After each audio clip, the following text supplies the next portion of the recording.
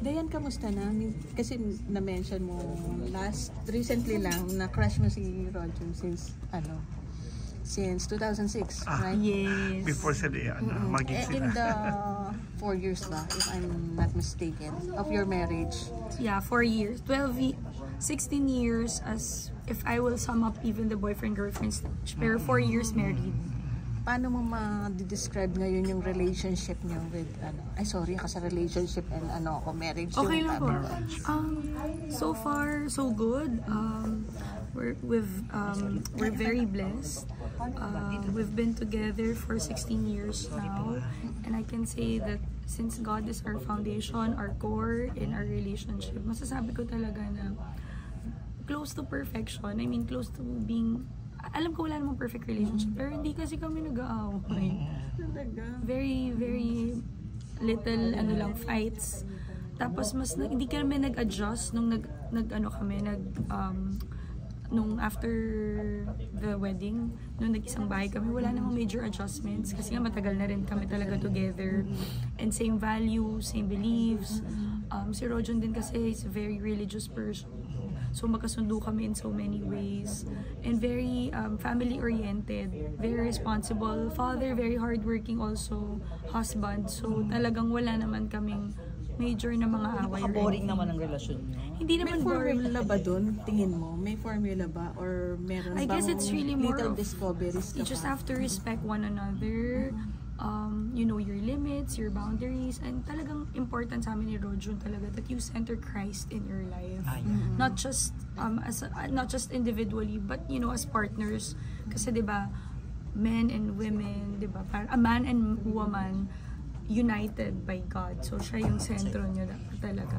So in so many aspects, like if you have problems, marital problems, or kahit pa maliit na yan, we always pray together, we always consult God, we always offer everything to our Lord Jesus Christ. We hear the Mass every Sunday, we pray the Rosary together. Practically, we do things together talaga. As husband and wife. The TikToks together. Yes, TikTok din. Sa other people, Mabait si Rojon, promise. Wala kang marireklamo. Sobrang bait. I'm very, very blessed talaga to have Rojon in my life as his, partner in this life. Very, very mabait talaga. Wala naman akong reklamong, walang mga anything, walang ganun. Kaya sa iba parang parang boring ngayon ganun, Pero sa iba, pero hindi. We're very happy, most especially that we're also blessed with Joaquin, with our son. What do you usually pray for? We're praying for baby 2. Yeah, Until now, wala pa po, but we're praying po talaga. Si Joaquin kasi yung bilis namin nakuha. Ilang taon na siya? 3 na po. Binigay agad sa inyo si Joaquin. Opo. Ngayon, I'm not sure if it's because of my weight gain or because of the stress sa work. So, unti-unti, I lost so much weight already. I actually lost mga 21 pounds na po since we're trying for baby 2. Baka kasi yun yung cause. So, wala pa po. So, hopefully, in God's own time, manner, and purpose, ibibigay niya yung baby 2. Ilang taon mo na ba wino-workout? Once pa lang naman. Once pa lang, no? Oo, okay Kasi lang CS po ako, so sakto yung 3 years. Oo, okay lang. Bawal pa buksan kagad. Ganun yun, no? Opo. Kung magka-baby number 2 ka ba, meron ka bang wish kung girl o boy? Sana girl, but kung anong i-bless ni Lord, kahit pa boy, basta blessing magka-baby. Iba naman pala ang kwento ninyo ni ng ibang artista like si Alex na talagang hindi pa nagkaka-baby. At least ikaw meron ka ng baby. Yes, but pareho rin ba? Yung pressure, siguro yung society, kasi nasanay na tayo na, kapag kunyari, nagka-baby ka na, ang tanong naman sa'yo, kailan yung susunod? So, yung pressure din talaga din ng society. But I sent Alex a message Talaga, of sabi mo. support. Siyempre kasi, naintindihan ko yung pinagdadaanan din niya. And naging kaibigan ko rin naman talaga si Alex. Hindi mahirap pagsabayan for Dayan Medina na as a mother and as a career woman. And then, magkakaroon pa ng baby pa. Paano, how do you manage I guess your it's time? really all about time management and how you balance your work, your career, your family time also. Nagawa ko naman May before. division of labor Kayang-kaya naman, kahit Roger? araw-araw yung trabaho.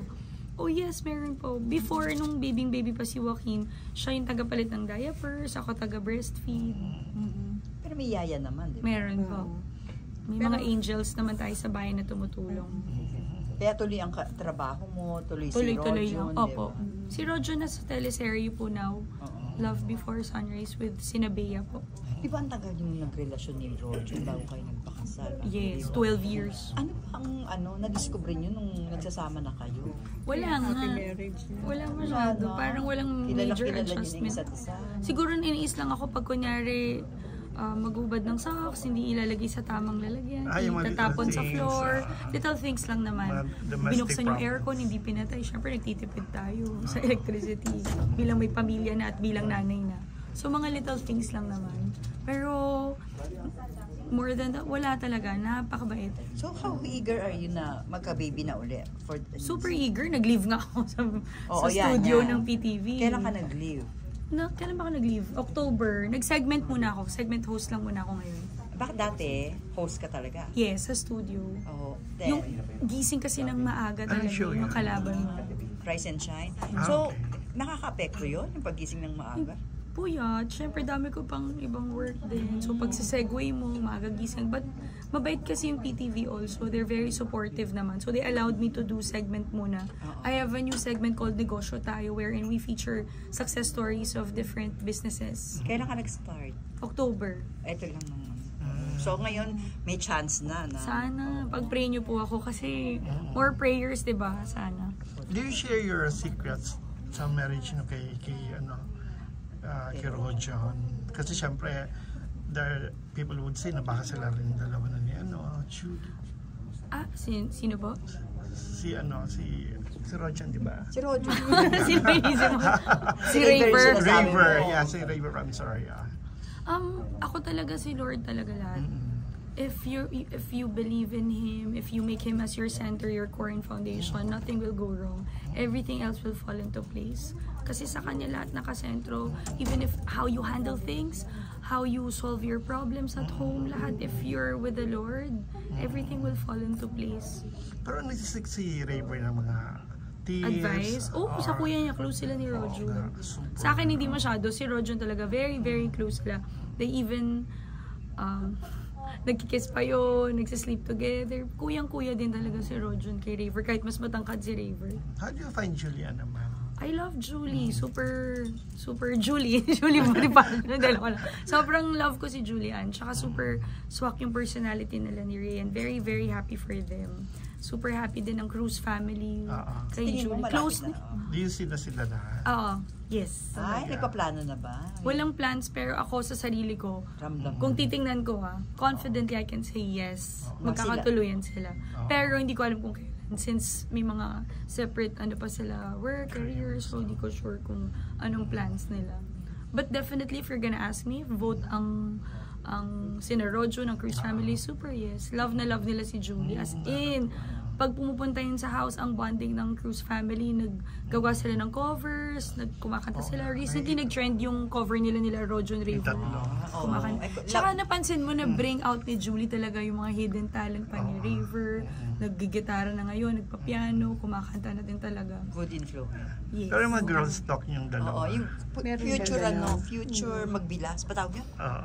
Ano Tama, mga magbilang. Tama ba? Oh. Ano Kami mga ni girls Julie, talk? Ayun. walang, kasi si Julie, daming best ko na rin naka-work si Julie. Magkapatid kami palagi. Sa Maynila, sa GMA. Ang dami na yung projects together. Naka-work ko na rin siya kahit outside events. Oh, okay So, kayo. hindi na rin naging mahirap to connect. Kasi ever since mabait talaga si Julie. And by the way, ka-church ko siya, bata pa lang siya. Same church kami sa Our Lady of Annunciation Saan ba Parish. yan? Saan? Tandang Sora, Mindanao Pareho kayo, Avenue. taga-Tandansora. Lector ako doon, choir si Julie. Small world talaga. Si Julie talaga nagsaserve na rin talaga. Men sa talaga church. silang foursome. Oo. Talagang nagsaserve yun, kumakanta, meant pag to may be, events sa church. Nagpo-full service din siya with the Lord. Oo. Sa For tingin the mo, Lord. what's keeping them na para mag-settle down na? Since pareho ng mga steps. Nakabata pa kasi. Bata. Ilan taon na siya? Yung age. Kasi iba na rin ang kabataan ngayon, di ba? Parang very career. Ako, kinasal ako 33. O si But Julie. how young are you? Julie's How old, 29 lang. Ito, 28. how old are you now? 36. Sorry, 37. I just celebrated my birthday Si yesterday. Rojo. 36 po. I'm 11 months older. Pero hindi halata. Ayan. So, pwede pang magtatagal pa yung ganyan boyfriend-girlfriend ni Julie at saka ni Raver. tingnan natin. Pinagpe-pray ko na basta maayos sila, happy sila together.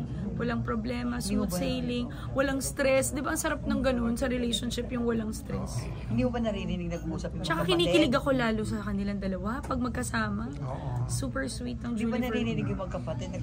Mag-propose ka na. Ano na po? Hindi mo ba naririnig Nagkakantsawan. yung magkapatid? Ay, may ganun. Siyempre, ikaw na next. Mga ganyan. How supportive naman si Rojon kay Raver dun sa pati sa love life? Of course, for Raver, grabe, super supportive. Mahal na mahal niya kapatid niya. As in, best friends sila.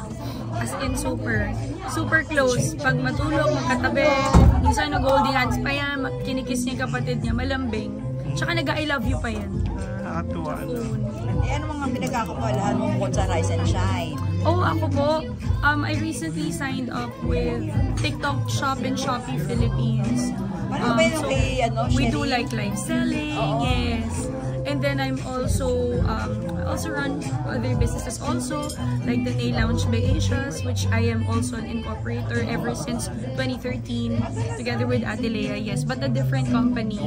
And then I also run my own production, Dayan TV production, wherein we produce mga different, mga short, mga vlogs, reviews, ganyan. Different companies. So ngayon, ano talaga dito? Part ka ng Yes. contract signing, ganyan. Kumusta ang business na yan? Okay, so far, Ano pa, partner ka ba or ambassador? partner. The Nail Lounge by Asia's Lashes, it was established year 2015.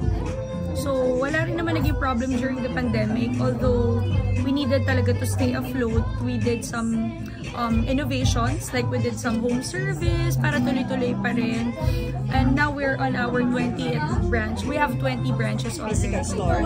Yes. So basically, we offer like mani-pedi, foot spa, massage, and Dahil also mo nang home ginagawa na services. yan? Paano mo na yan? Naiingat mo ba yung 28 branches? 20 branches.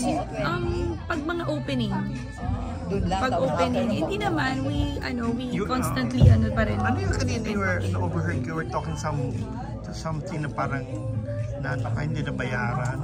What is that for? Ay, Thank you so much. hindi na ba? Bawal. Bawal ba? Pero, Okay. off-cam na lang. Oh, sige, sige.